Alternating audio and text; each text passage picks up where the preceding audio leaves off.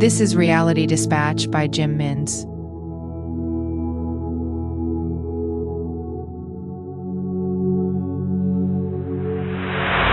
Stephen finished the final sentence to the second-last chapter of what was to be his final book.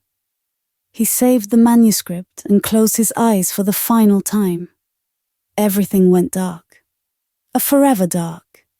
He hadn't realized he had passed, but the realization came clear soon enough. 1,000 Earth years came and went when Stephen crossed paths with a spirit who wandered the same realm. They had stopped at a checkpoint together for a minute when the sentient being decided to strike up a dialogue. "What did you do before here?" it asked. "I was a novelist," King replied. "That must mean you were from Erd," the entity said. "Earth," Stephen corrected. The being then removed a blank board from behind its presence and showed an image to Stephen. "Did you know him?" The picture was of Christ giving the Sermon on the Mount. "No," corrected Stephen. "He was before my time." "What about this?" it said, as it gave the board a shake to display another image. "It was the Great Pyramid of Giza." "No," said Stephen. "That too was before my time." "You were a novelist?" it asked again. "I was," said Stephen. "What is novelist?" "Someone who tells stories for a living." The being shook the board and produced an image of a man sitting by a waterfall. He was adorned in oriental clothing. "You know him?" the entity asked. "No," replied Stephen. "I don't know who that is." "This is Erd's greatest writer, Lao Tzu," it said. Stephen looked around paradise, hoping for a distraction to end the conversation. "I'm sorry, mister. I do not know much about Erd." "It's Earth," Stephen corrected. "That's okay. I didn't even ask where you were from." "I have always been from here, sir," it replied. Stephen nodded.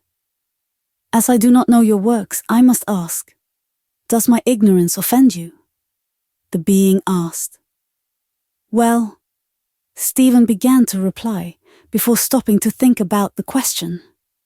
"That depends. You see, once upon a time, I was considered one of the best at what I did. Some would have said I was the greatest living writer of my time."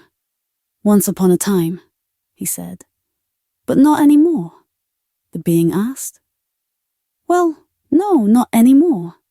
Now I'm dead, and 1,000 years have passed." "Then I must ask, sir," it continued, "if you are here, telling me you were once the greatest and it was many years ago. You didn't answer my question.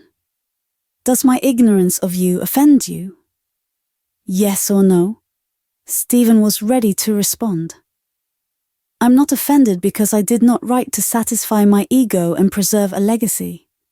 I certainly started that way. Don't get me wrong.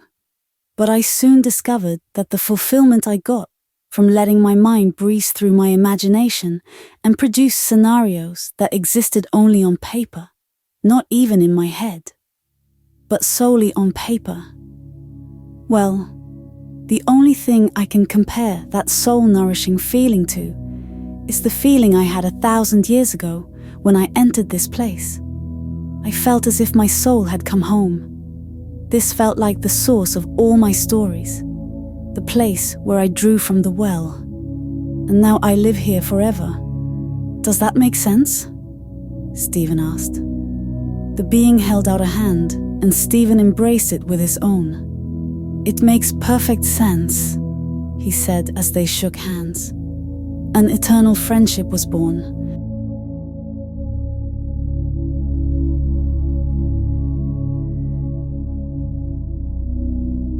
For more stories of fact-based fiction, head to jimminns.substack.com.